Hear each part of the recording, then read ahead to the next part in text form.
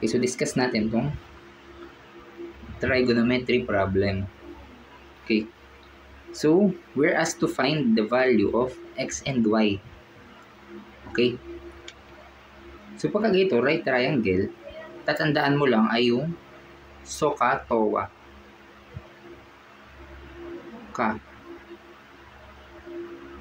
TOA. Okay, SOHCAHTOA. So ano ba ibig sabihin ng SOHCAHTOA? Yung S mo, ibig sabihin yan, sine. Okay, so sine theta, pag sabihin natin theta yung angle, is equal to, ano yung O? Ibig sabihin yan, opposite over hypotenuse. So, hindi ko nabubuin na, basta opposite over hypotenuse siya. Ibig sabihin ng opposite over hypotenuse, let's say ito yung angle natin. Okay, ito yung angle natin, 70. Diba? Ibig sabihin ng opposite over hypotenuse, opposite sa kanya. Okay, ano ba yung opposite sa kanya na side? Diba? Titingnan mo lang yung katapat. Diba? 70, ano ba yung opposite side niya? 7.2. Okay, now hypotenuse naman, syempre, yung opposite ng right triangle. Ano ba yung opposite ng right or right angle? Ano ba yung opposite ng right angle? Yung x. So, ganun siya, no? Okay?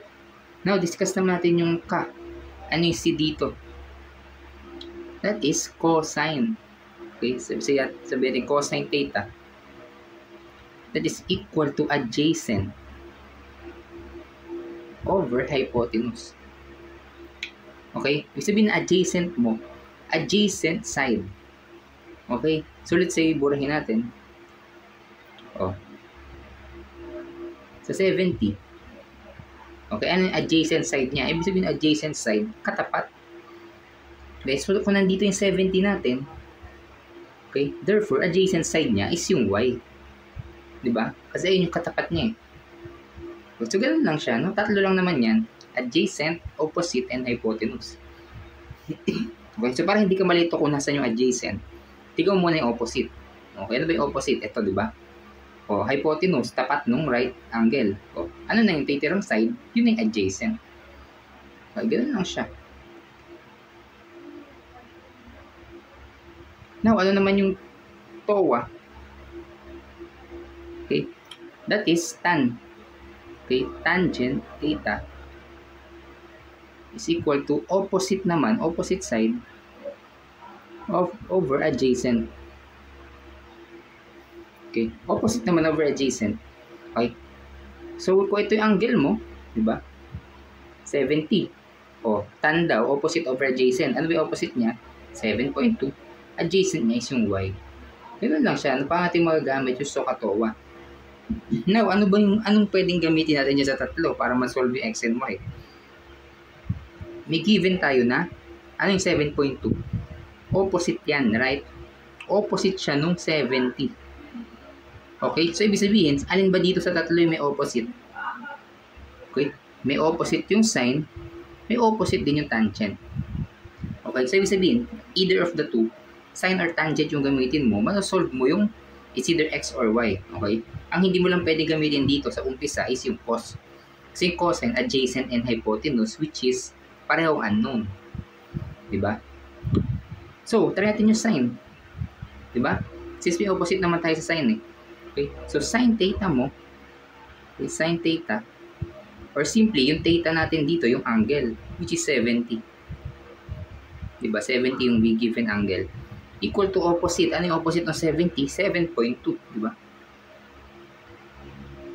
Over hypotenuse mo. Ano yung hypotenuse niya? Yung x. Okay? So, therefore, cross-multiply mo lang. Cross-multiply. So, x sine 70 degree, okay, is equal to, cross-multiply mo to, 7.2.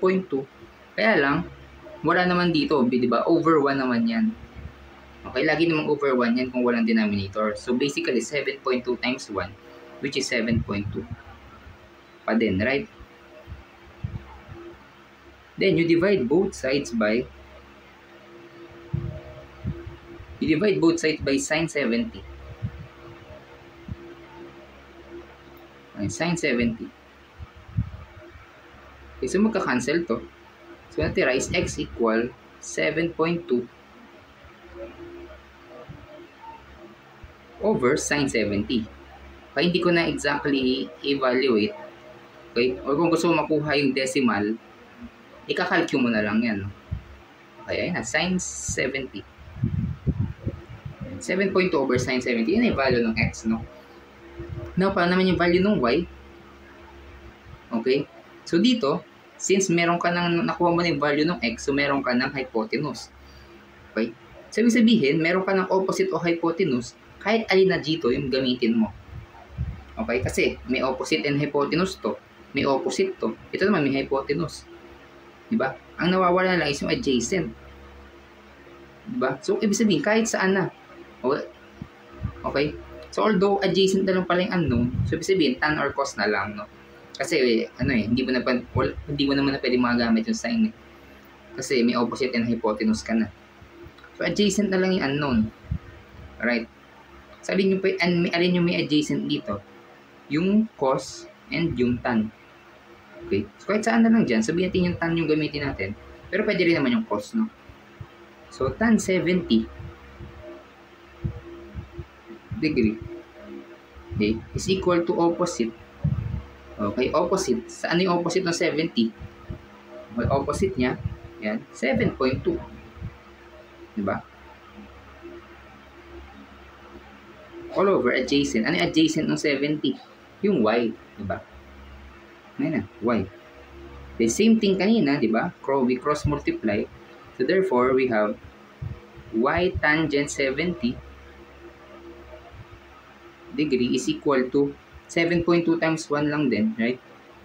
So, y equals, divide mo ulit both sides by tan 70, parang kanina lang. 7.2 all over tan 70. Ito na yung sagot, no? Okay? So, yan, para makuha mo yung decimal, kung 1 decimal or what, calculate na lang yan. Pero ganun yung process niya, no? Kung paano mo malalaman kung sine, cosine, or tan yung gagamitin mo. Depende siya sa given. Okay? Kasi dito given ka ng opposite ng angle, eh. Okay? So, pwede mo lang gamitin doon sa umpisa, sine or tan. So, kung given ka naman adjacent ng angle, o alin ba yung may adjacent dyan? Cos or tan naman. Yung sine naman yung bawal mo magamit.